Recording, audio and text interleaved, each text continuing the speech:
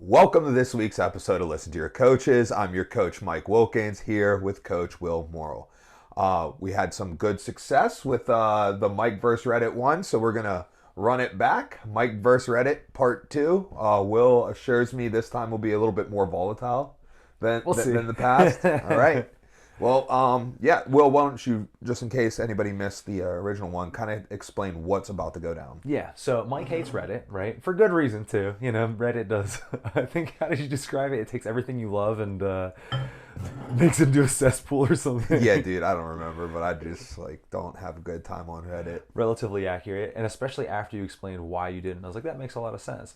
So I'd found a bunch of questions from the Jiu Jitsu mostly and MMA subreddits and asked you about them. Now, I did a good job of figuring out, decent questions. Yeah, they were good questions, and Yeah. that was the difference. So it made Reddit seem not that miserable.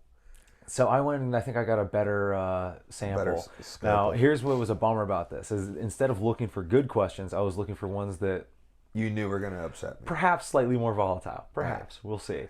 But at the same time, they couldn't just be completely fake. Some of them are still on that verge. Yeah. And That's the thing I hate, though, is some of those, obviously this didn't happen. Oh, brother, wait, we're gonna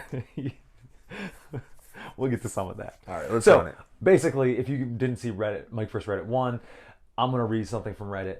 Mike's gonna give his reaction to it. This is almost exclusively Jiu Jitsu Reddit. I think there's a little bit of MMA or maybe martial arts in there too. So we'll start with something relatively simple. I'll tell you what, wrestling Reddit is not as bad, but it's bad.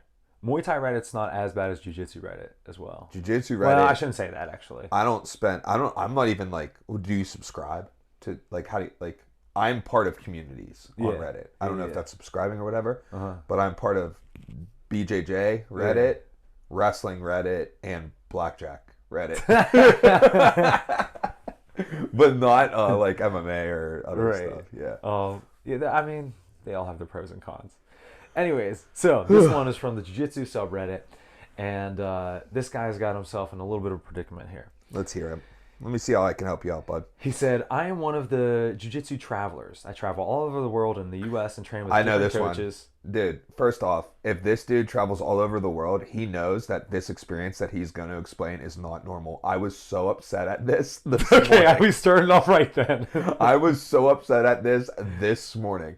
Here goes when you know that it's going to What if be it's a not this stupid one? question. It's 100% it, right? It's 100% it. He got his blue belt from somewhere, and then he went somewhere else, and they wanted him to take his stripes off. Yeah. Hold on, we're getting there. We're getting there. Yeah. Go ahead, read the Let me question. read the thing, and then you can give your Dude, reaction. I literally read that this morning, and I was just hey, you know what I want to do today? I want to start my day off in a bad mood because it's Monday. Okay. So I was like, let me see what's going on Reddit. It was the first thing on the top of my Didn't homepage. even get to this all the way out. Okay, so he says, I travel all over the world in the U.S. and train with different coaches. I thought this one was going to be mildly annoying, but okay. I got a blue belt from one of my original schools and then trained at another academy because my school had been shut down due to COVID. Then my original instructor reopened. When I got back, he looked at the stripes that I had earned at the other school and asked about them. I told him that they were given by that professor. He told me to go back home, make up my mind which gym I wish to train at, and if I choose his, I need to remove the stripes on the blue belt. Isn't it a bit weird? I mean, do jiu-jitsu gyms nowadays demand this kind of hero worship loyalty? Yeah, dude, it's ridiculous. First off, you know that this person who travels all over the country, he's a jiu-jitsu traveler, you know that's absolutely ridiculous, right? If this truly happened, which I'm going to call it a stretch. This one I could see having happen. It's just not acceptable. Okay, so you're telling me that you earned a blue belt under one professor. That school got shut down. Mm-hmm. Couldn't make it through COVID. You know, it's a shame. And then you were training elsewhere, and you were promoted to a certain extent. Mm-hmm. And then your professor reopens the school, right? And you're so loyal to that professor that you're like, oh man, I'm so excited to be back training with you. Boom, boom. Oh, what are those? Take those off. You didn't earn those under me. What are you talking about, dude? You were shut down. So my jiu-jitsu stops because you stop? First off, people move away. All types of things. There's no shot that we wouldn't honor, somebody's promotions from another school, right? There's just no shot. I mean, I guess there's a far-fetched chance that you come in straight up lying. Yeah, You know what I mean? And like even then, Okay, I was about to say, we've had some instances in our gym, I don't want to get too specific, where people have come in with belts and you're like, I wonder where that came from. And yeah, no one's ever been like, yo, take that off. You know what yeah, I no, mean? never. Just be like, yeah, fuck, if that's what you want, rock it. Yeah. You telling me you're a brown belt? I believe you. It's Is what it weird that is. like you can't do like techniques that common white belts can do, but like run it, buddy. Like you know what I mean? I'd just Not, be embarrassed. not only that, but okay, so as a, promoting instructor, Yeah, do you care about the stripes on a blue belt? Like, bro. So here goes the only reason. So we at Stout PGH we don't even do stripes past purple, right? Purple and browns don't even get striped up. In our at our school, just because we just don't see the value in those like interim degrees at those advanced level of belts. By the time you reach purple belt, you're pretty serious about jiu-jitsu. yeah, but what I'm trying to say is like if this dude came back to you, right, and he went from a 1-stripe blue belt to a 3-stripe blue belt, would you be like, what?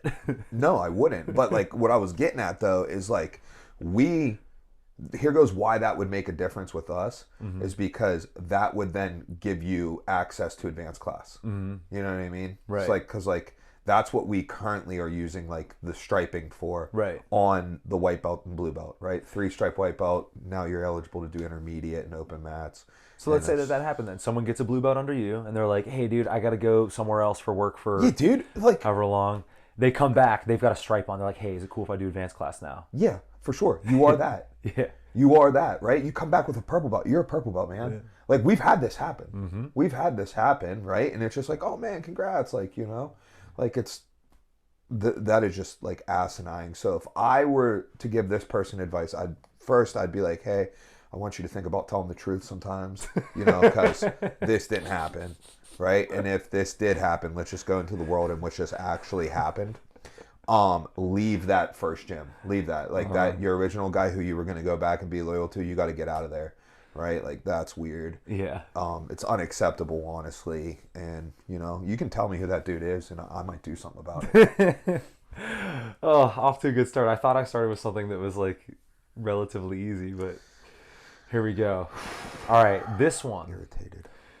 Also in the Jiu Jitsu subreddit, and this one was posted by a guy who claims to be a black belt. Okay. So, he says, white belts, stop trying to develop a half guard game.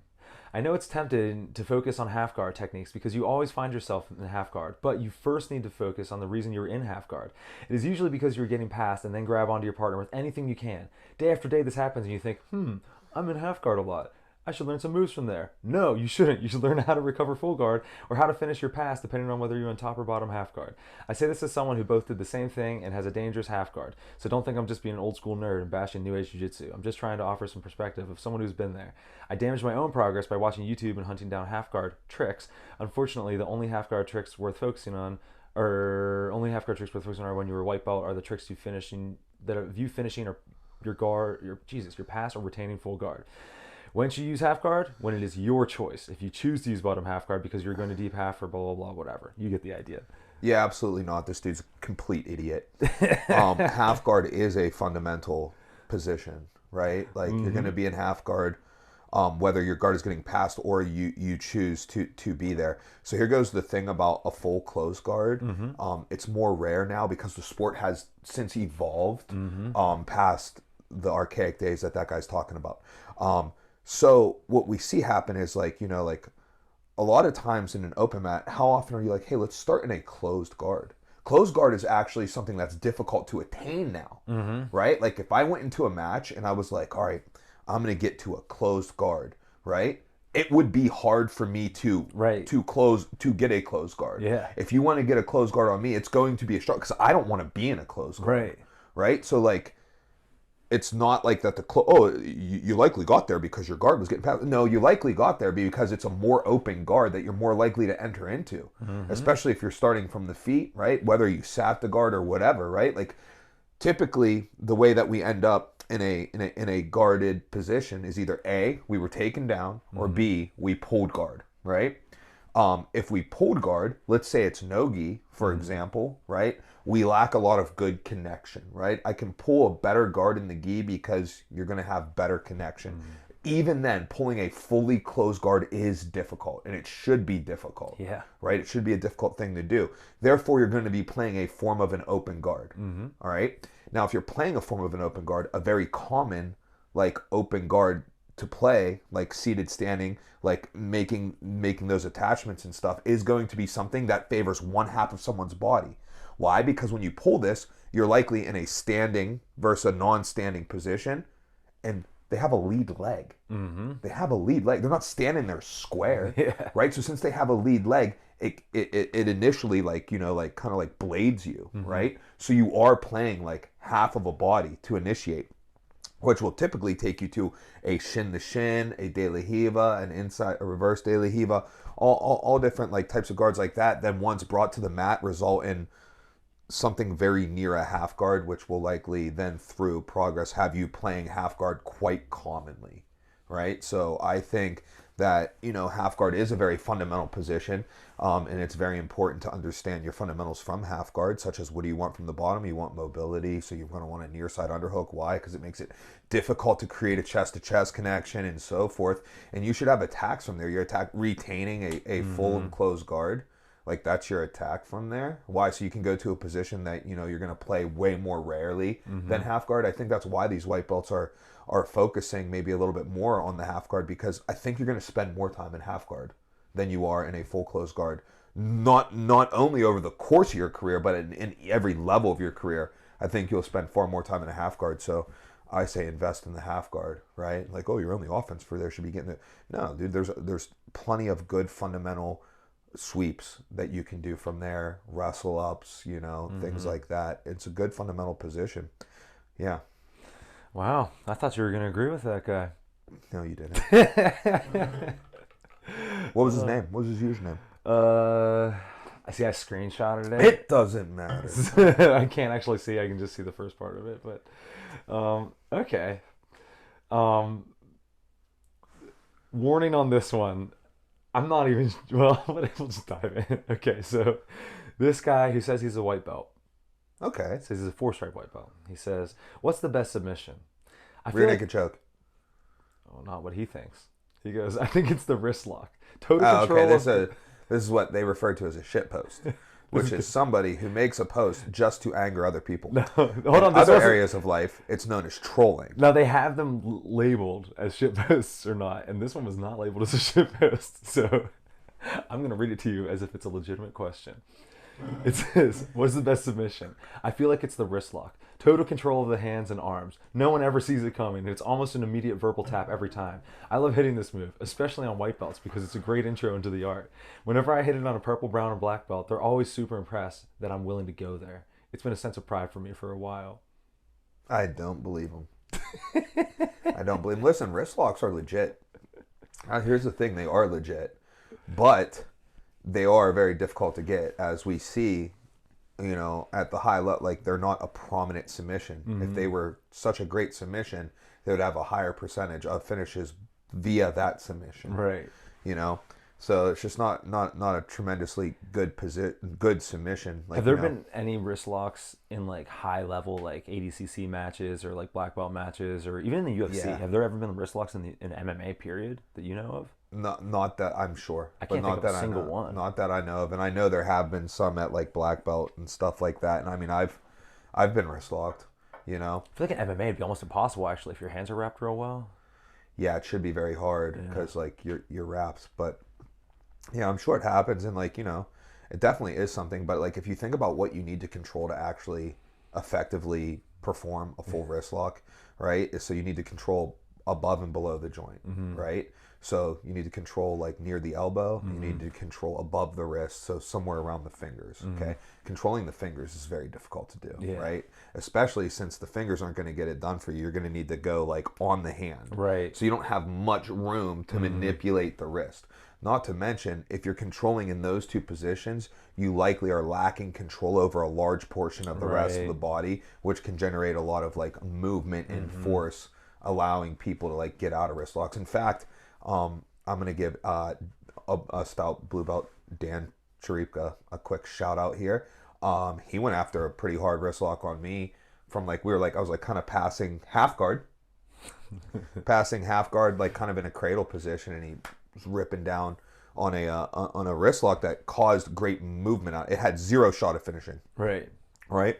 But it caused a lot of great movement that I had to do, like that took me out of my passing position. So I believe it resulted in him like in a retained guarded position, you know. So it worked out for him in that instance. But you also got to be prepared for what's coming after.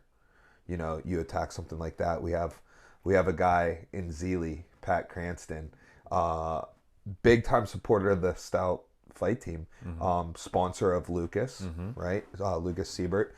But dude, he's a wrist lock guy. He knows what's up with wrist locks. Like he has not wrist locked me yet, but I'm just like I know it's just a matter of time. Yeah. He's gonna it's get common. it. Yeah. He's gonna get it. But like, yeah, do I think like it's like a top level submission? No. Like if you're like gonna put it on like a scale of like best submission, Right. It's not top 5. not top 5. Yeah. Not top 5, dead or alive.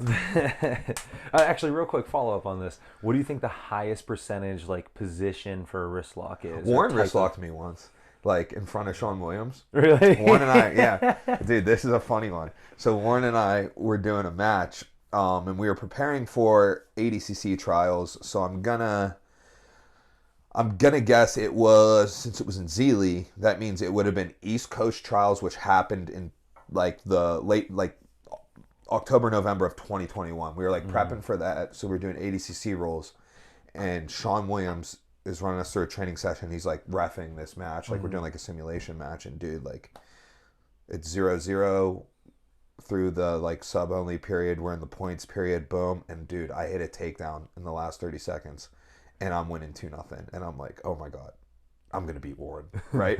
And not only am I gonna beat him, like, I'm beating him in front of Shawn Williams. Yeah. Right? You know what I mean? Like, this is great. This is great. And, like, I look up at the time. It's like 8 seconds. Boom. He throws an arm lock on me from guard, right? And I block it up. And I'm just like, dude, like, there's no shot, like, that you can get this arm lock. And I'm like, wow, I just beat him. And he just rages on a wrist lock.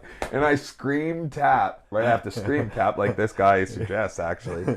So I scream tap. And like right as the P of my tap, like tap, the bell goes. Oh no! And I was like, no. Yeah, and we have video of it. And one of my favorite things of the video is like when Warren like goes for the wrist, like, and I'm just like, dude. Yeah. So I did not win that match against Warren in front of Shawn Williams, but that was a fun moment. You know what? That kind of makes me think he might be right. The wrist lock might be the best move in Jiu-Jitsu. You know what? Maybe he's right. All right, I got one for you that is a legitimate question, and I think we might actually have perhaps different opinions on this. So, people who don't wear rash guards under their gi, why? This is a grappling pet peeve. Why won't some people wear a shirt under their gi? Now I have to make contact with your bare, sweaty chest and pretend it doesn't bother me. Wear a shirt. I don't care. I don't have an opinion on this. Oh man, I was hoping that you were gonna want the rash guard. I mean, no, I don't. I don't care. Like, I like the rash guard. I don't. It makes me feel like claustrophobic. Yeah, but like, I don't wear a gi. Yeah, no, I just don't care. I mean, like sometimes when at comp practice, sometimes people pop the top, and we like no shirts, right? And I guess it depends on like what kind of competition you're preparing for. Right, like it makes sense to do, right? Like if it's an ADCC style competition or like certain like Naga events and stuff, like you don't have to wear a shirt. You didn't. I was gonna say, given the option, I'll never wear a shirt. Yeah, never. Yeah, so like like it changes it. It changes big time. You're way slipperier, Yeah, all types of things, and there's like a weird feel to like the skin on skin that like I remember like noticing it in MMA fights, right? Because I always trained with a shirt. I always trained with a shirt, and then MMA fights, like you like take the back, and it's like it feels like it like almost like ups your like adrenaline, like you like it just feels more real. Right. Yeah. So I guess like maybe kind of like getting accustomed to that, but like shirt under the gi, no shirt under the gi, it's like it's just whatever you want. Yeah, I don't have an opinion either way. I feel like if you're offended by someone's sweaty chest, Jiu-Jitsu might not be the right sport for you. Because it's their skin? Is that different than like, the skin on like their forearm? Is it because it's their chest and not their forearm? Like if it's no gi, right? Mm-hmm. Would you be offended that I'm wearing a short sleeve rash guard? Would you be offended that whenever I went for a guillotine, my forearm was on you? You know what I mean? I don't know. Like, I don't know. It's weird. I don't like that question. I was hoping that you would, whatever. Be like super pro rash guard. Yeah, I thought you were gonna be like, yeah, dude, rash guard's great. No, such Guard luck. you against rashes. All right, this is another good question, so maybe I should skip it. I'll come back to it. All right, this one you're gonna love this. I'll come back to the good question. All right, this one is labeled annoying move. This guy says, a few times now I've come across the following situation. I'm in my opponent's guard on 2 knees. I'm maintaining solid posture, nice and upright. My opponent is struggling to break down my posture. Cool. He then sits all the way up in like a sit-up style motion and overwraps my neck / grabs both my collars and then starts tugging like mad with all his body weight trying to pull me down. I simply keep my head up and maintain my posture. Now to me, this looks like a full noob move from my opponent with no technique, and so I'm thinking there must be some way that I can punish his mistake, but I just can't think of any. Any punishes or links to moves from this position? Thank you. No, because you're an idiot. Why don't you try to, like, you know, pass the guard? In fact, if we were in a match here, like, you'd be hit for stalling. You know what I mean? Like, this top person's making action. You're just holding posture. What are you waiting for? You waiting for them to open their guard? Is that what you're doing? You're waiting for them to open their guard? Yeah, no, he sat up chest to chest. He grabbed your collars. Hey, guess what? Get ready, because you're going to start getting collar choked. You're going to start getting bumped into other positions. You're going to get off balanced. What, did that have a belt level on it? It did not, but I did want to also tell you the first comment said your objective isn't to sit in his guard, it's to get out of his guard. There's no way to punish him while in his guard. And who does that? Does it say their belt level? No. So I hope it's a 1 stripe white belt. Might be a Sambo guy. Dude, whatever. They're right. Your objective is to pass the guard. Yeah. Right? Like, and he's at, and like, you know, you can't be like, well, his objective is to submit me or sweep me. I mean, he's making the attempt. He came up chest to chest. Yep. There goes his action. And coming up chest to chest, if you can't break the posture, meeting the posture is an action that is good, right? And that can help you break the posture, as he's saying that his training partner is attempting to do. But once that training partner, you know, starts to develop, like, there's loop chokes there, you know, start bumping, creating off balances into kimuras, guillotines, triangles, you know, all different types of really, really great techniques. So it sounds like, you know, this dude, like, creates a game, and, like, you know, I know people do this, and sometimes it's good, sometimes it's bad, but this guy is creating a game into which he's not winning the game. We both, when we're rolling, we are agreeing to a we're playing a game and we are agreeing, right?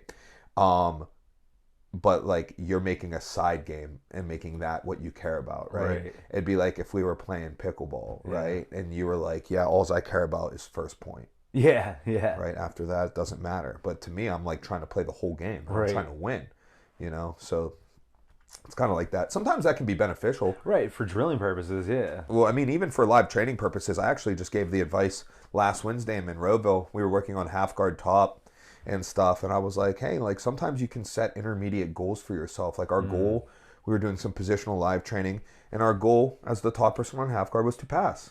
We wanted to end up in a side control or a fully mounted position, ideally, you know, one of those two.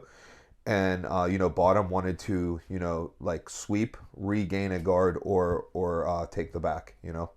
So some very clear goals. And I was like, hey, listen, like, you know, like, if you're struggling to, like, accomplish these big goals, set some smaller ones. Be like, hey, I'm going to get the pin. I'm going to create a pin today. You know what I mean? I'm going to put, because that is a step on the path towards being able to pass. Can you pass without creating the pin? For sure. Does creating the pin make a huge difference in the ease of which you're able to pass, and also make their offensive techniques far more difficult? For sure. So I was like, hey, maybe today you're like, hey, like, if I get the pass, that's great or whatever, but I'm going to set an intermediate goal. I'm going to see if I can get any pin my opponent. Right. Yeah. So, like, that's That fine and makes all, sense. but it sounds like this dude's living and dying by maintaining good posture in a closed guard. Yeah, just in the gi. standing there. In the gi. Turning into a statue. Oh, I love it. All right, this one's like a legit question. I don't think this one's gonna upset you. The question is, why are there so few Russian grapplers in competitions? He said fighters from Russia, especially from the Caucasus region, Dagestan, Chechnya, etc., are dominating the MMA world with their superior wrestling and grappling. But why are there so few of them in pure grappling competitions? There should be at least some guys like Hamza, Khabib, etc., that could keep up with guys like Gordon Ryan, for example. I may be wrong since I'm a beginner, so please correct me if I'm wrong. All right, so I just don't think that there is anybody from that region who can keep up with like Gordon Ryan. It's just I think I don't know, but if I had to guess, I'd be like, that's just not where their focus is. Dude, that's literally what all the comments said, like all the top comments. It was just like they don't care. Yeah, they don't want to be the best like Right. at that, right? Yeah. Like for example, like I feel like if the United States wanted to be the best at soccer, right? Yeah. I feel like we could be. Yeah. If we were like, hey, LeBron, hey, like, Well, you know, the U.S., maybe I'm wrong about that. I'm pretty sure the U.S. is the best at women's soccer. yes, I believe like way up there. But like like our best athletes aren't playing soccer, Right, Right, yeah. and they don't want to. Yeah, exactly. You know what I mean? But if we took if soccer was the primary goal, I think we would dominate.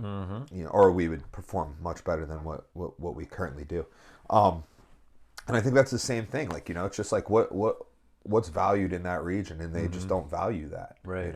They value more so like they have a strong freestyle wrestling background, and now they're having a strong mixed martial arts. Yeah, and if you think about it, like wrestling, I don't know if it's state funded there, but at the very least culturally it's rewarded, right? Oh yeah, very And then much if you so. look at it like MMA versus Jiu Jitsu, if they're both, let's just say they both started at zero like cultural rewards, money, dude, where's the money? Yeah, it's MMA, an MMA. Exactly.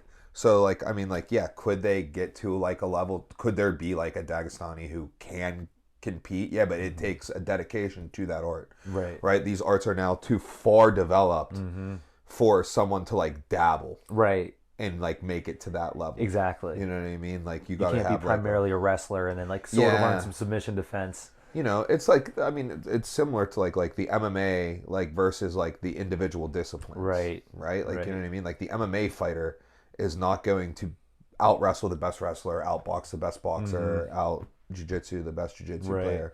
Right? And that's why they do MMA because they are like they can combine it all the best, but like if you took that same dude and you're like, hey, like jiu-jitsu is the only thing that matters, they're going to be really good at jiu-jitsu. How many guys in MMA were at one point the best at one discipline?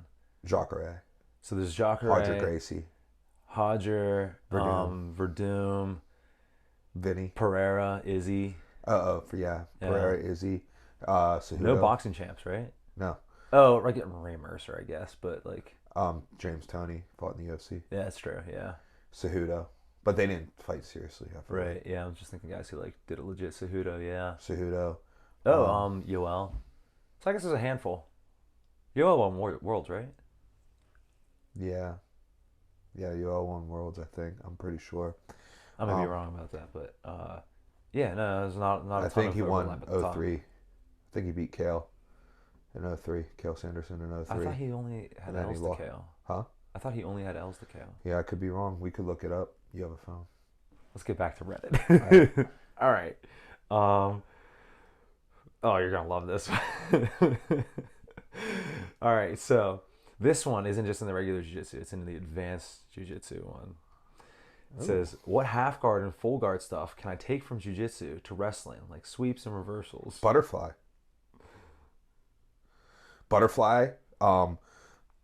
There's another half guard. We refer to it as Lucas Leitch half guard. I think it's more commonly known as Coyote half guard. Dude, like it's like basically like hitting like a really nice corner on like on a head inside single like trap knee. Wrestlers will commonly know of it. Like shin whizzer position when you're trying to like scrape out that shin whizzer position as the like leg attacker. Yeah, that's like a half guard position. Butterfly guard. All the wrestlers will remember Bo Nickel utilizing the chin and underhook with the butterfly hook. Go a little further back, Dylan Ness, wrestler, he was a national finalist from Minnesota. From bottom, he used to turn around. He used to be on bottom. Right? Really? Oh yeah. He was probably around like 2015, right? So like younger than me. Yeah. But yeah, he'd be on bottom, and he would like kind of go switch, and he'd turn around. He would just turn around, and just whoop like That's straight so up. sick. Yeah, oh, yeah, super sick. There was a kid from South Dakota State, Tanner Cook, just like basically all the time would just like basically like go butterfly guard and like sweep people and pin them. There's a kid from Rutgers. I'm gonna blow his name. I'm not even gonna try his name because I'm not gonna put it together. Dang, I think it just popped in my head. But whatever, a kid from Rutgers.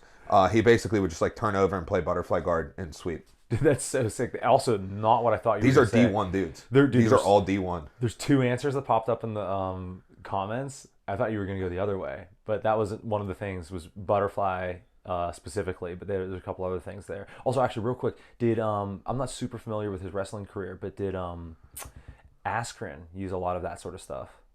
Or was his funk more just like... No, his funk was a little different than that. But Askren now, like after doing like jujitsu and stuff, is like, yo, like Askren, I've heard him say like, yo, these positions like are gonna like these jujitsu positions are gonna make you better at wrestling. You're gonna be able to utilize them once you get comfortable with them in a wrestling scenario. Askren's funk was a little bit different, but the thing about his is like, so like he was like, oh, the king of scrambles and stuff, and he would be like, I've never been in a scramble. You know? He'd be like, yeah, scramble implies that like, you know, you're just using like your body mechanics like through space, you know, kind of like yeah. He's like, I know everywhere I'm going. Right, yeah. Like, you know what I mean? Like these are moves to me. They're just techniques to me. Scramble implies a level of randomness. Yeah, and then you just happen to create enough randomness to where you end up on top. Yeah, and like you commonly like hip the person or something. No, Askren was like, you know, he was always putting his head under the leg and like coming up and like, yeah, it was definitely revolutionary, like his style of it, but he wasn't like doing like jujitsu-esque things. No. Okay, well we have to dive into the... He did use a lot of flexibility. Yeah. In his style though.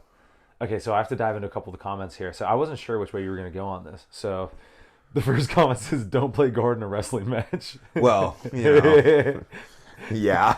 Also, especially the part of the question that says, like the half guard, he said, what half guard stuff? I'm like, okay, I can see that. He goes, what full guard stuff? I guess if it's full butterfly, but either way, I thought that was funny. But then the other guy said wrestle ups, butterflies, underhook, dogfight, stuff like that. Which, yeah, interesting. So, okay. So what you're telling me is what I'm gathering right now is that people on Reddit ask dumbass questions. But then there's a bunch of people like me who aren't dumb and they give them real answers. There's a lot of dumb answers too, brother. Trust me. There were when I was going through it, there were some that I was like, this is really dumb. Maybe there's some comments that kind of make up for it. And then like you would just see like the blind leading the blind, just so stupid. Especially when you get into like some strength training type stuff, it can get real dumb. Yeah, it doesn't always work out that way. But yeah, generally there's some sort of sense in there. Okay, I've got two that are kind of the same thing. One is short and kind of... I think this is worth doing the long one. I think you're going to really hate this. Yeah, all right, whatever. Let's just go to the long one. So this one is titled Immature Upper Belts.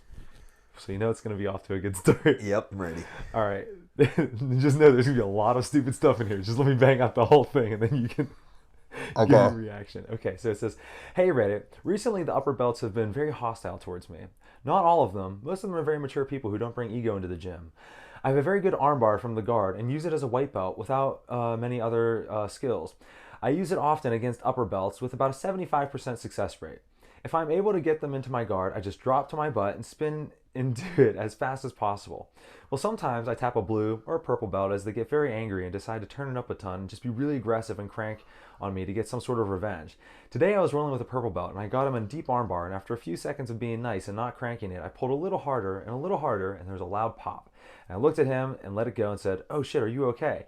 Instead of stopping and examining his arm to see if it was damaged, he decided to take the opportunity to jump on top of me and collar choke me to get revenge or something. I tapped, and as and he held it a few seconds long. Then he got off, and as he walked away, he said, "Don't stop unless someone taps." This kind of thing has happened a few times now. Upper belts being douchebags because their feelings got hurt because a white belt is able to tap them out. Well, it sounds like he didn't tap him out. My professors think it's awesome that I have such a good armbar, and a lot of the upper belts usually just laugh when we continue if I tap them. Next time, I will just break his arm if he doesn't tap. I'm usually a really nice guy, but nothing pisses me off more than someone who pulls that kind of shit. Anyways, thanks for reading my rant, and I guess my question is, what should I do about this? Should I just work the other parts of my game with these crybabies, or should I, in turn, try to play this little ego game? I think he should try to play this little ego game. Yeah, I don't really have, like... It was just a story. It wasn't a real question. It was just kind of a story. Cool. This white belt thinks he's got a sick arm lock. Yeah, the part that I thought was really that's gonna... freaking sick, dude. I thought that was really gonna annoy you. Was he said he has a really high percentage arm bar. He gets it about 75% of the time. That is super high percentage. Even on upper belts. That's super high percentage. That's absurdly high percentage. That's ridiculously high. That's... Yeah. So you're getting 3 out of the 4 arm bars you attempt? Or are you saying that once you get the armbar on, you finish 3 out of the 4, right? Like only one person escapes after you lock one in. Either way, that's pretty good. Yeah, either way, that's pretty good. Yeah, I mean, I don't know. I think this is not going to turn out great. Yeah, I mean... Okay, let's start here. Do you think it's real? No, I don't believe that he's doing it that well. What I would believe is that people are allowing him to, like, you know, work, and he probably rages. Yeah. You know, I believe maybe he has potentially a misconception on what's real and what's not real. Yeah, it sounds like since, you know, like the old saying, right? Like if you meet an asshole in a day, you met an asshole. If everybody you meet's an asshole, then you're the asshole. It sounds like he's the asshole based on that. But how's he doing in competition? He must be winning a lot of killing golds. it. About time for his blue belt, probably. Yeah, I'd imagine so. I wonder what's taking so long on that. Maybe he should look at that. Especially given that his professor just loves it. Loves it. Yeah, you know, like I would like to reply to him and be like, man, how's competitions going? You know, that must be great. Dude, we got to start doing these where we actually get on with an LTYC account and you just start giving them the responses. Man, then they're going to reply back, and I'm going to reply back, and they're going to reply back, and I'm going to reply back. No, dude, you just give your reply and just let it go, and who cares? Yeah. I made that mistake on Instagram when that video popped up of Christian, when he and that other dude in ADCC both... I went down so many rabbit holes on that when they both sat the guard in ADCC, which is like, oh, like, do you want to see these two guys? Listen, no offense to CJ Murdoch or Christian Schaefer, who are the two people in the video that we're referring to. They're both tremendous jiu-jitsu players. CJ's a really, really good black belt, and he's super fun to watch. But, like, I don't want to see them have a wrestling match against each other. This is a jiu-jitsu tournament. I want to watch them do jiu-jitsu against each other, right? Like, you know who I want to see have a wrestling match against each other? Jason Nolf and Kyle Dake. Right, yeah. Right? Like, you know what I mean? Yeah. Like, good wrestlers. Yeah. Those two dudes, I want to watch them do jiu-jitsu, and like they both immediately slap, bump, boom, sit, right? And then guess what? Scoot, and then just raged. Jiu-jitsu. Just raged for 6 straight minutes of nonstop, like great, exciting, good action. Yeah. You know, people are like, this is stupid. I'd be like, you know what's stupid? Wrestling here. Yeah. Because what are you going to do? Are you going to submit them with a double leg? Are you going to submit them with this single leg takedown? No. Oh, but what will happen? Oh, you'll get to be on top and up to... Oh, that's right. There's no points. Yeah. There's no points. So there's actually no reward to getting this takedown other than being on top, right? And these two people decided that the fastest way for them to submit you is with a leg lock, right? And the fastest way to get to that leg lock is by sitting down. So you're telling me that it's weak for this person to sit down. Well, then you should be able to smash them. If it's weak, shouldn't there be a negative effect to it? Right? Shouldn't naturally, like, you know, it be like, you know, a disadvantage? Right. It seems like it's an advantage because all these good guys are doing it and they're winning doing it. So, dude, it's kind of like when, you know, you see an MMA fight and it's like, this dude's a top level wrestler, grappler, whatever, and so is this guy. Like, their jiu-jitsu is going to be insane. And then they just stand up and have a crappy boxing match. yeah, it's like that. It's awful. See, what bothered me about that video was or the people commenting on it, and like for 20 minutes I went and I like got in the comments and started posting stuff, and then like dude, I was just getting hit up nonstop, like just boom boom boom boom boom boom, and then eventually I was just like, all right, just don't respond to anything else at this point. Was what bothered me was that like everyone was like, that wouldn't work in a real fight, and you like, this is coming from me where like I think that the overall like philosophical point of martial arts should be to like incapacitate a human, right? Like that's it, all kind of comes back to that, right? And obviously it branches out, and like winning fights is different than like, you know, a fight to the death and whatever, and obviously you have to set different parameters based on sports, and you know, and also to develop those certain areas, you know what I mean? If you're just like, every time we're going to practice a fight to the death, full rules, well, your boxing's never going to get good because you just didn't do enough of it, you know what I mean? Your leg locks didn't get good because you didn't, you know what I mean? All that stuff. Anyways, so coming from someone who kind of has that like hardcore, it should all be about like killing someone, I saw all these comments were like, yeah, that would never work in a street fight, blah blah blah, and I was just like, it's not a street fight though. That's not what you're looking at, you know what I mean? And people would be like, yeah, but like, and they just like keep doing, I'm like, you're not getting the general premise here. And then I would click on, here's where I really messed up, I clicked on one of the guys who said that, and it was just like this fat middle-aged dude, and so I, you know, hit him back, and I was like, yeah dude, that, first of all, the guy in the video is a kid, so like, don't like, just like be cool. And then also like, that kid would kill you in a real fight, like he legitimately would. And the guy was like, oh no, he wouldn't, blah, blah, blah. I'm just like, oh, I've called people, so on those videos I would like hit somebody and be like, oh, purple belt, you're a purple belt, that's crazy that you like think that or whatever. And I'm like, hey dude, we have an event, Stout Fights Pro Jiu-Jitsu event, I'd like to match you up against the blonde kid here. Be like, well, silence. I did like 4 people.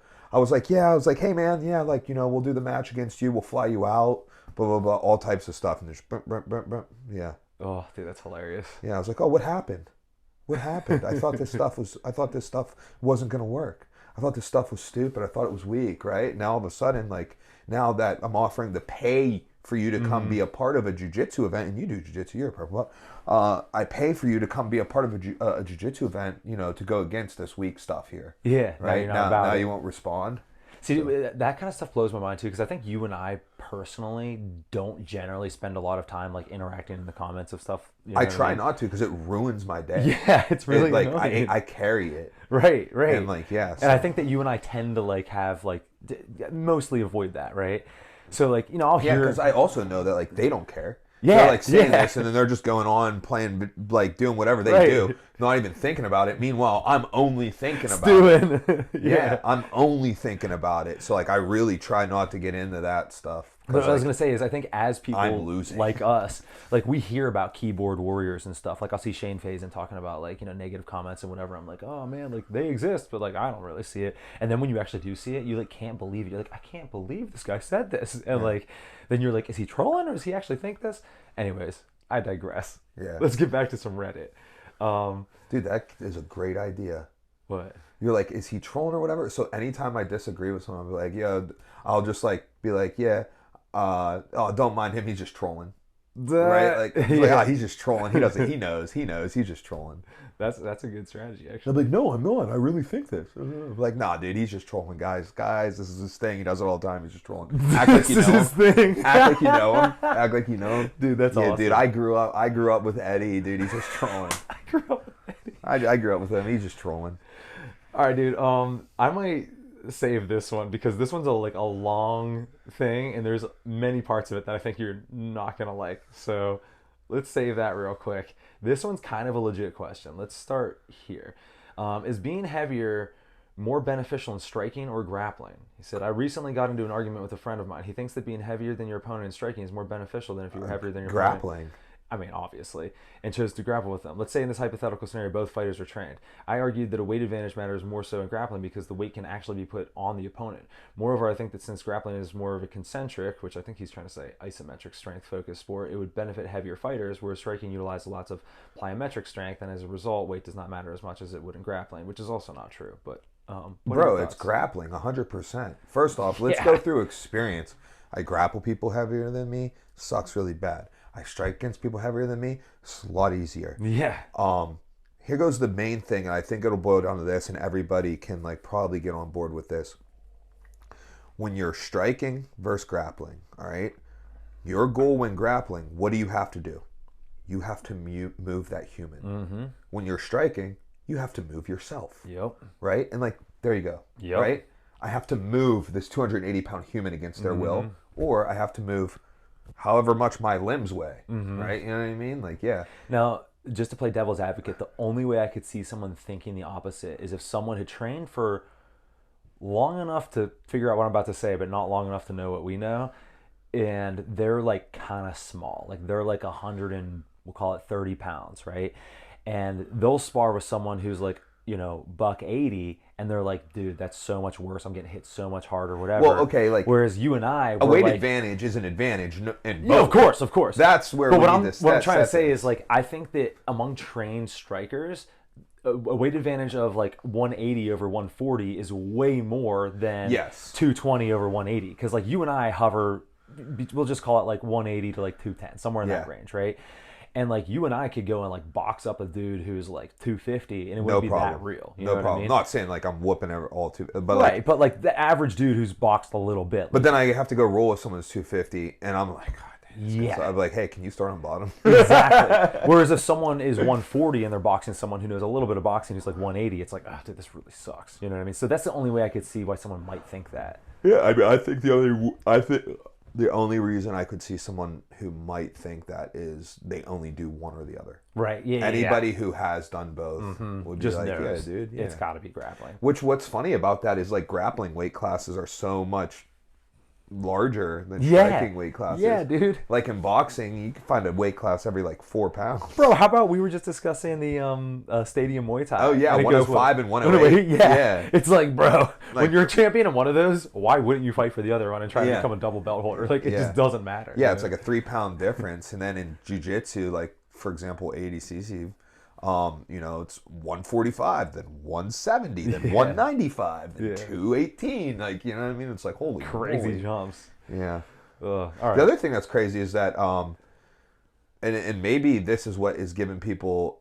I mean, I guess no, because you would have to know jiu-jitsu to know about it. But the fact that we do have open weight, right? Yep. Like, whereas you don't see open weight in striking, right? You don't see like, hey, we got a 127 versus a 202. And also think about how much people squabble about weight in like striking. When like dude.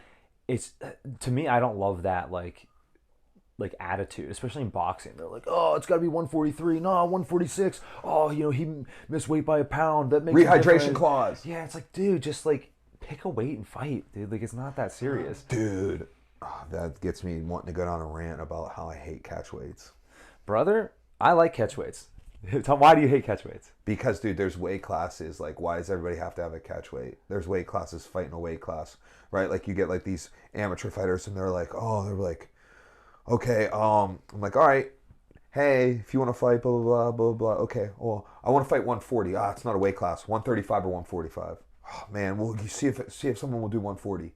It's like, dude, there's a weight class 5 pounds below that and 5 pounds above that. It's a weight class. Could you imagine, like, going to a jiu-jitsu tournament and being like, oh, anybody here want to do an exhibition at 140? Like, I don't want to do 145 or 130. Like, you know what I mean? Like, fight in the weight class. Okay, see, I was thinking more like on a pro level and more so as exceptions. Amateurs, yeah, that's annoying.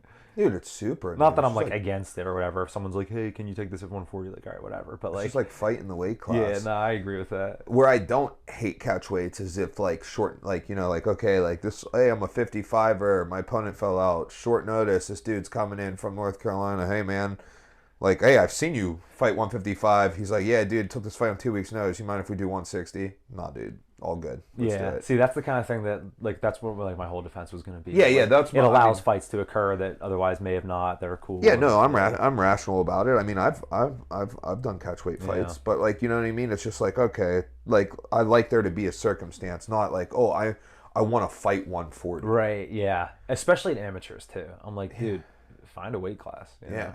And if you're like, oh, well, this is too low for me to get for day of weigh-ins, all right, cool, then go up. Yeah. Like, it's the best is like in certain states they don't recognize catch weights. Right. Yeah. It's just a gentleman's agreement. Yeah. Right. So if it's like, hey, me and you were gonna fight an amateur fight in Ohio, you know, 160, right, and I come in 169. Yeah. right? Yeah. And you're like, dude, it was 160. I'm not fighting. You're suspended, not Right? me. Yeah, exactly. You're getting the fine, not me, dude. We're in the weight class, The brother. promoter might have told you that's a weight class, but the commission doesn't know that. Yeah, the commission, like, yeah, no. We're in between 156 and 170, dude. Like, we're good. That's hilarious. All right. Let's go to. What am I thinking here? We'll do two more. These might go pretty quick, and if they go pretty quick, I'll hit you with the long story that I think you're gonna love. All right, so this guy is a purple belt. He says, "What's the etiquette for visiting a gym where you could easily tap the coach/owner?" He said, "I'm a big athletic purple belt. There's a new local gym run by an older, somewhat out of shape blue belt. I expect I can probably tap the guy without much trouble. I'd like to visit the school." Be acquainted, have a friendly relationship, drop into their open mats if the scheduling works out, etc. In other words, I don't want to raid the place. So what's the etiquette if I visit and roll? Tap him in a friendly way, roll lightly and make sure neither of us tap each other, let him tap me as a show of, hey, no ego here. As I write this out, it seems like probably no taps. What's the right answer? I don't believe you're a purple belt. I don't believe it. I don't believe it. You've been in jiu-jitsu that long and don't know. Just go roll, be cool. Yeah. Just go be cool. You can tap them. Yeah. Just go be cool. Don't be like a jerk. Like, I didn't think that was the first thing you were going to jump onto in that. Well, I mean, I thought the first thing you were going to jump onto was like, why do you want to go to a school that's run by a blue belt? Wait, it's ran by a blue belt? Yeah, it said it's run by an out of shape older blue belt.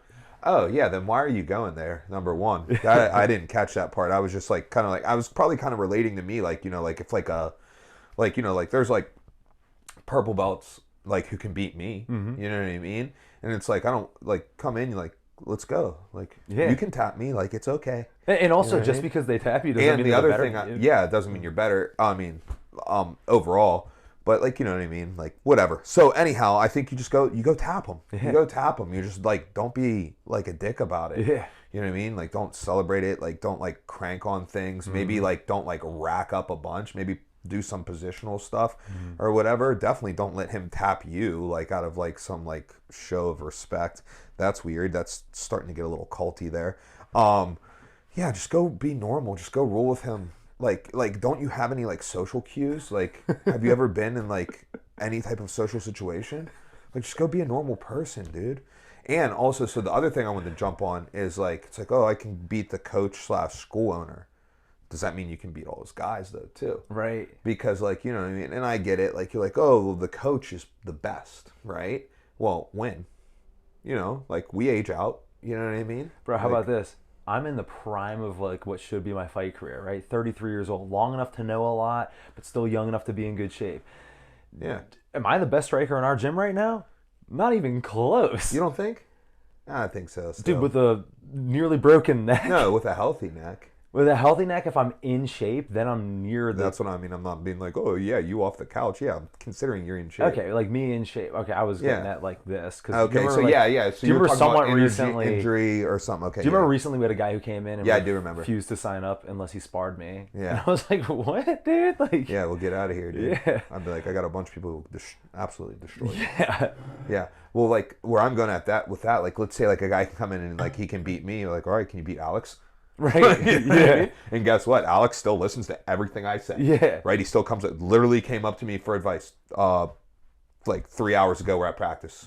Hey, what did you think about this? I was like, dude, look pretty good today, brother. Oh, I got no negatives. I got nothing to help you. Yep. Sorry. Keep doing that. You know what I mean? Yeah. So like, you know, there's levels and stuff. And I think just like a purple belt would have been around the block long enough to have realized that's probably commonplace.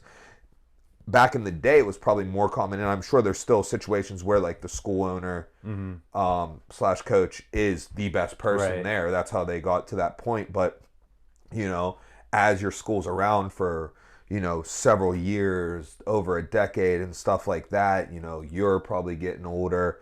You got young competitors, and if you're a competitive school, you likely have trained some people who have maybe be able to beat you. Well, I mean, that's one of like the key things that I figured out like very early on in like my coaching career was I was like, one of my big goals is I should be making people better than me. Yeah. Right? Because like, you know, as a striker, like, let's put it this way, like as like an MMA striker, I'm pretty good, right? Like I could, in my prime, in shape and whatever, like my striking would do very well in like, you know, high level MMA, right? Yeah. But like, is that what I'm looking for? That someone's striking can do well against like MMA fighters? No, like Brody, like dude, he can already beat up a lot of like pro MMA fighters. You know what I mean? Like we want good striking for good striking.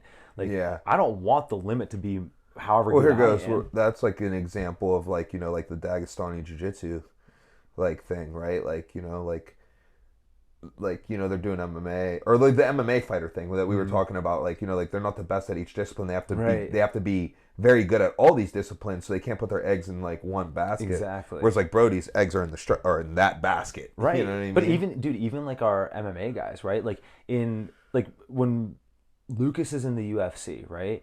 Should his striking only be as good as mine? Like, no, I prefer it's way better. Oh, you know as what I a mean? coach, yeah. Yeah. Like I don't like that's weird. Like if I can only get people as good as me, I'm not that good of a coach. You know what I mean? Yeah. So yeah, that's a good point. Yeah. All right, that one wasn't as inflammatory as I'd hoped. All right, this one's a short one. Are smother chokes really that bad? Yep. A couple days ago, I saw a couple posts saying that smother chokes are dirty, but I'm also seeing stuff about how it's effective. Clean and effective. Because it's the wave. Dude, smother chokes are where it's at. Do not feel bad to try to smother choke me. I won't feel bad to try to smother choke you. I got 2 smothers on Saturday. It was sick. I almost got smothered today. Look at my nose. You see the tip of my nose? Yeah. What's it look like? Looks like it's a little red. Yeah, it's got a bruise on it, right? Because I was getting smothered. Dude, smothering is awesome. Yeah. First off, it calls attention. You know what I mean? Yeah. So here's the thing. So let me paint you a picture. For example, let's say you're in mount, right? This is jiu-jitsu. This person's keeping their arms low and tight. Maybe going to look at getting the hands on the hips, start working kipping escape. Maybe building some frames, start working traditional elbow escape, whatever, right? So the hands are now underneath, right? You know what you would love? You'd probably love an underhook. You'd probably love to be walking that arm up next to the head, start creating a half T. Maybe you're going to drop the head and arm triangle. Maybe you're going to swing around and start looking at attacking the arm bar. Or maybe you're going to drive it up and drive them over and take their back, attacking American. All types of really great techniques, right? All your techniques from the mount. How you getting those arms up? My man. Smother. And then like also like, you can smother with different parts of your body. Yeah. The 2 smother taps I got Saturday were both back control, trap an arm with the legs, hold the other arm with my free hand, cup the face, right? Today, Logan, half guard, right? He's on top of me in half guard. Half guard, good positions. Anyhow, so he's created a really good pinning action on me, underhook, boom, boom, boom. He's using like his shoulder neck over my face, right? So I'm like clawing on his trap, trying to find room for my nose. Find room. Get a nostril out, right? And you know what? I couldn't create motion with the lower half of my guard, large part due to his ability to maintain a solid pin on me. But the other part was the tools that I would use to help alleviate that solid pin were brought to the attention of dealing with the smother. Therefore, he passed my guard straight to mount, and then we went from there. So yeah, I think they're completely legit. They're a call to action. I don't think they're dirty. You know what I mean? I agree. Like at all. Like I have no. So would I do it to a stranger in an open mat? No. Right. Yeah, I wouldn't, just because it's like they how might feel a type of way. Just like how in like 2010 you probably wouldn't drop back to a heel hook on a stranger in an open mat, right? But I think like they're gonna become more acceptable, right? And it's like, oh, I don't want your hand on my mouth. What? Yeah, dude, don't do jiu-jitsu, bro. Don't open your mouth. Don't open your mouth. How about that? Keep your mouth closed. Like, what are you doing? What are you doing? Why? Because it's my hand? Just rolling like like close your mouth, you weirdo. Right? You know what I mean? You know what the most common defense to for me is? What people do to me? They lick my hand. They go, They think it's gonna gross me out. Right? Though I've had many people do it, and I'm sure once this gets released, if this gets clipped or whatever, they'll be like, oh, dude, I was like, it's not grossing me out. I don't care. It should gross you out. Yeah. You're licking my hand. Yeah, dude. I've been rolling with you might be the last roll of open mat. Oh, yeah. I've touched 20 people. Yeah. But yeah, no, I'm am extremely pro smother. You know, from the back, you get a cup on it, bring the hands to attention, clear. Now you got a hand control. Right. With that hand control, go trapping, straight We just jackets, saw, carve. I don't know when we're going to drop this, but it was recent at the time that we filmed this, Rotolo Chen. Rotolo Chen. Yeah, lots of smothers there. And like you said, it was to Calls it open up. attention. Because Joseph Chen is utilizing his hands on the lower body of Tai, like, you know, trying to like elevate hips, maybe look for some leg entries, things like that. Nothing's stopping Tai's upper body, right? He's looking to dig hooks, create some chest connection, goes with a little smother. Chen has to address, so that left hand that was like reaching for the hamstring now comes up to strip the smother. A call to attention. Great stuff. Love smothers. Love it. Ooh, wow. Getting wild out here. All right, do you want to do the long one? Sure. All right, you're going to love this. So this is from... Is this the grand finale? This is the grand finale. It's our last one. So this guy... this isn't even in Jiu Jitsu. It's just in straight up martial arts. Questions about training while studying at university. This is a long one. He says, hey everyone, I'm new to Reddit, and this is my first Reddit post. At the moment, I'm 18 years old, and I'm studying psychology at university. I was studying online, but about to go to campus, and was planning to study at least part of the time. While I was studying, I want to dedicate time to some MMA training and maybe even compete amateur if I improve enough during the duration of my studies. As of now, I do have small hopes of becoming a professional trader because I'm passionate, but I'm not considering going for it full out just yet because I don't know if I'm capable yet. I've only trained a little bit in leisurely, nothing very Completely serious. reasonable.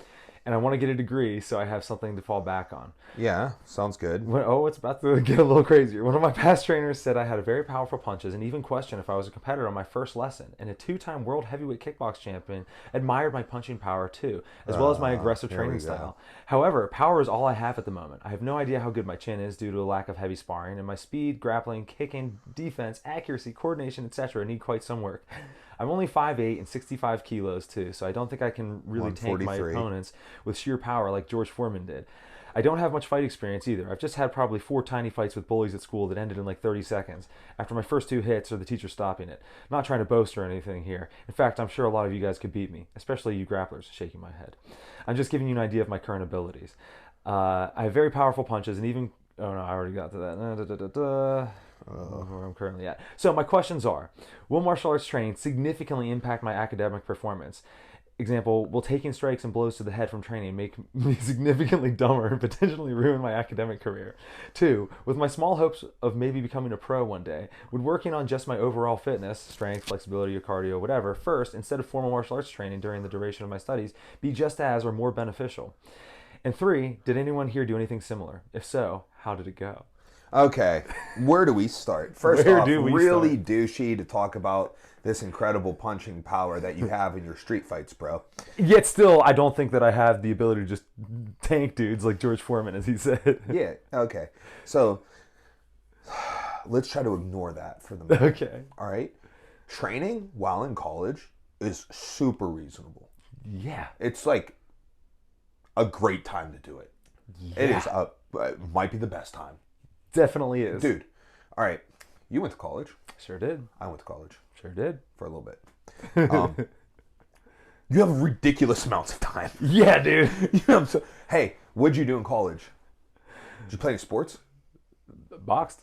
You were on the boxing team, right? I wrestled, right?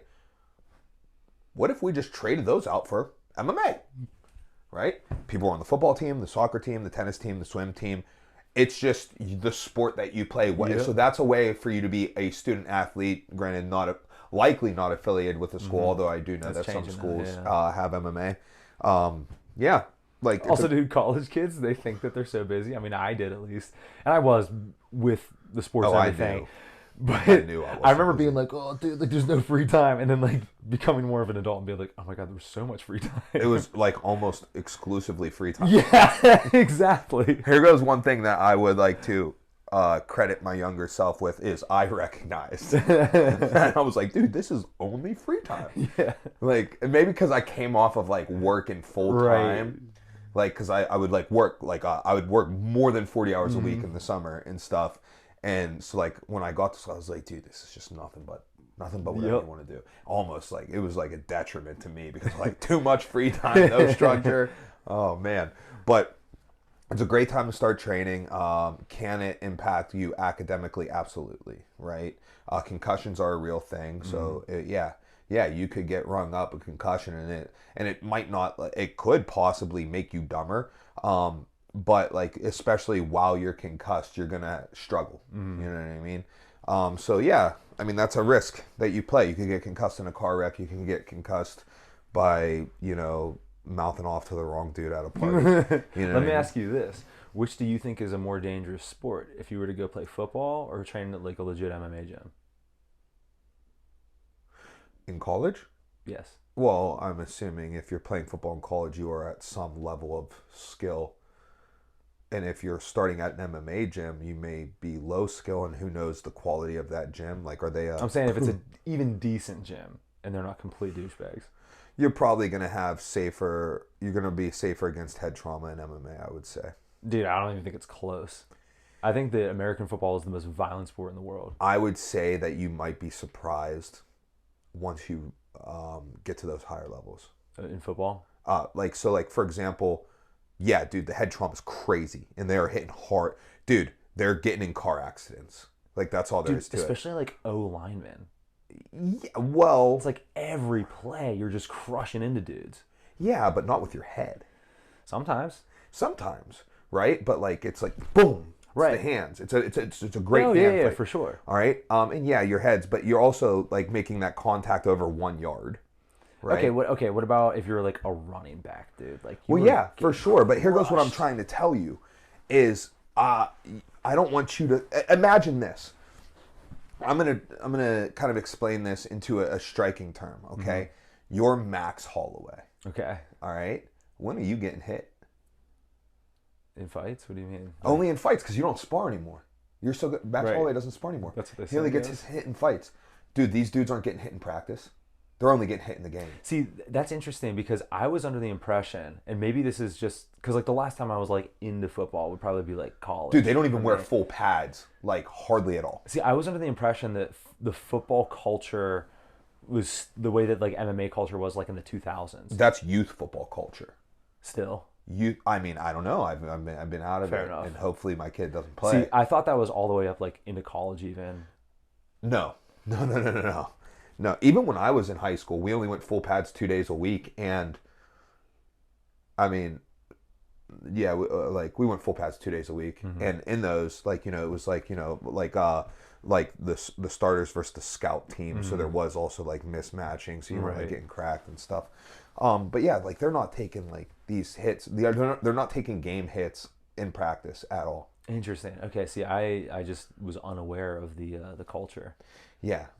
Yeah. No, like maybe at like a certain point of camp, like training camp, Right. Like there's probably some like, fights for positions and stuff like that. But like in the season, dude, they're all about like they need these dudes as healthy as possible, especially with concussion protocol. Yeah. Now concussion protocol, you can't even lie about it. And they have the You know best what I sports mean? scientists in football too. Cause Dude, yeah, they got there's the best of money. it all. And like, dude, like, so when I'm talking about concussion protocol, like, you go fail concussion protocol, you can't play. Right. And I can't just be like, oh, I feel fine. Right. Right? Like, it's like my ankle. It's like, it's like, well, they're like, oh, it looks a little swollen. Feels fine. Oh, well, I guess it's fine. If it feels fine, like, you're taking tests. Yeah. You're taking tests, and you're like, dude, why can't I pass this test? You know what I mean? Yeah, man. So then, would you say the most if it's not American football, I'd say the most violent sport is boxing. Then Yes, 100% boxing. 100%. I think culturally and the sport itself. 100%. I'm gonna go. In sports that I'm thinking of and familiar with. Yeah, for sure. Because I can't think of any other like I'm going ball sport that's boxing. violent. You know what I mean? No, boxing, dude. You go like it's like, hey, we're sparring. Like it's a Every fight. You're day. just fighting. Yeah. You're fighting. Yeah. Yeah, So- and the culture around it isn't exactly conscious of head trauma. No. Yeah. No. I mean, like maybe they come around or whatever. Maybe it's a little like starting to become a little more different. But in my experiences when going places to spar and stuff, and maybe it was just the days I was there, Maybe. but it was every single time. But also based on like the YouTube videos and Instagram Yeah. posts you see around it, it's like here's two high level guys and they're just crushing each other, and then you just see like videos of even people you don't know in like, you know, higher level gyms just going to war constantly, and the coach is egging it on and be like, that's good work, and it's like, is it? You know, like yep. So cool. Yeah. Oh, so yeah. Oh yeah. This dude. So. Yeah, this dude. Yeah. So like, yeah, you should train. Yeah, it can impact you. But like that's a risk that you're gonna take, but you're gonna have the time, and it's probably gonna be healthy for you, right? A distraction from schoolwork, maybe having it take up some of your time demands like a certain amount of time management. So you're like, oh man, I got all day to write this paper. You're like, no, dude, I got from 2 to 4 to write this paper, right? And you're like, oh, I got all day. Next thing you know, it's like 10 p.m. and you're 3 shots deep, and you're like, shit, I forgot to write this paper. Yeah. Right? Like, you know what I mean? So yeah, it could be a good so thing. I think it's a good idea to do it. Now, what do you think about someone's attitude who's like, oh, I think I'm just going to start training, and maybe if I'm pretty good, be an amateur, and maybe I'll be a pro? What do you think about that attitude? I mean, I don't know. I think it's fine. I had mixed feelings on it, because I could see, maybe I have to like know someone personally to like figure it out, but I feel like I'm gonna be a pro fighter. Like that, like part of what gives you the ability to become a pro fighter is having that attitude. But also at the same time, there's been dudes who have like really like surprised themselves, you know what I mean? And like really risen up, so that could kind of go. Yeah, like when I came in the fighting, I was like, yeah, I'm gonna be like, before I ever stepped foot on the MMA mat, I was like, I'm gonna be a world champ. Like that's all there is to it. I'm doing like, before I ever stepped foot in an MMA gym, I was like, yeah, dude, I'm doing this for a career. Like this is my job, right? And then it turned out to be my job. But then, like, some people are like, you know, it's a hobby, and then you're like, yo, you're pretty good at this. You ever think about, oh, yeah, maybe I'll try, and you never know where that leads. Yeah. And stuff like that. And maybe some people just don't want to put that pressure on them. Yeah, for sure. You know, you never know what kind of, like, athletic environment someone grew up in, right? Like, I grew up in just, like, a nonstop, like, athletic environment. So it was, like, all about competition and stuff. So it's like, yeah, dude, this is a way for me to be a pro athlete. I can't play pro football. I'm not good enough to play pro football, pro baseball, pro whatever other sports, you know. And I was like, but I can fight. Yeah, I can fight, you know. I can be a pro. I can be a pro athlete, you know, and like managed to make that happen. But I was like, I knew it. There was no question in my mind. Right. There was no question in my mind. Like I was like, yeah. I was like, what are you gonna do? I'm gonna be a pro fighter. Now, what do you think's better? Is to go in with like, oh, you know, if I get to that level, I'll get to that level. Oh, what's better is to be like sure that you're gonna. Yeah. To go in there and be sure that you're gonna, because you're in a. You know, your goals are set. You're in the right mind state. You know what you're doing, so you're not going to be lackadaisical about certain things. You're not going to let certain speed bumps be complete detours. Right. You know, so yeah, going with the mindset of that is definitely better. Doesn't mean it can't be done the other way. Doesn't mean you have to have all your eggs in that basket. Right. Yeah. The last thing he said, though, one of the things he said to finish up on is like, would he be better served, like, you know, like getting in better shape or whatever? And absolutely not. Yeah. Absolutely not. Yeah. The shape you are in fighting absolutely matters and plays a huge difference. It does not take a lifetime of work to get there. Nope. The technique, the IQ, the strategies, the game plans, all of that, they're lifetimes of work built into it, right? And you're standing on the shoulders of others to even get there, right? The only reason I got to a certain point is because Warren had experienced stuff beforehand, so he could fast track me to this, and then my fighters are at a certain point because I can fast track them to there and stuff. The technique is the priority, and the technique can't be rushed or learned at like an abbreviated pace. Exactly. You can get into good shape in 3 months. Well, that's what I was gonna say is like the physical work it's gonna take to learn all of those skills will get you a baseline of fitness that like if you did that for like a year or two and you're like, hey, I actually am ready for a fight now, then you could just be like, all right, cool, I'm just gonna ramp up training that stuff, and you know whatever for 3 months and boom, now I'm in fight shape. You know what I mean? Yeah. Whereas if you just went to the gym and like got in great shape, and then you have 3 months to get ready for a fight, you'll never learn all the technique. Not to mention, I would argue too, no matter how good of shape you think you're in, you still won't be in fight shape. One, because of the inefficiencies of your movement, and two, fight shape is an it's experience. so specific. Fight shape's an experience too. Yeah. You're not in fight shape. You fight shape. You become fight shape you're through fight fighting. ready. Exactly. Through fighting, you become fight shape. Like I believe that that is a fact, right? Like, you know what I mean? When I first made that 15-minute fight, like I became fight shape after that. Right. I was like, okay, now I'm in fight shape. Yeah, man. The adrenaline, all that stuff, the actual full intensity of it. The other thing too is like you go get in really great shape, right? And then you take 2 months off because you sprained your MCL, you're out of shape. Right? You go learn this technique, you take 2 months off, that technique's still in there. Yeah, exactly. You know what I mean? So I would definitely recommend training the martial art. I don't think this guy really needs to worry about that though, but his power, dude. Power's unfathomable. And that ends this episode of Listen to Your Coaches. Mike v. Reddit 2. Maybe we'll do another one of these sometime in the future. I'm kind of getting super anti-Reddit now. I don't want to do them anymore, so maybe we'll never do one again. And you got anything to add, Will? Nope. All right, we'll see you next time. Bye.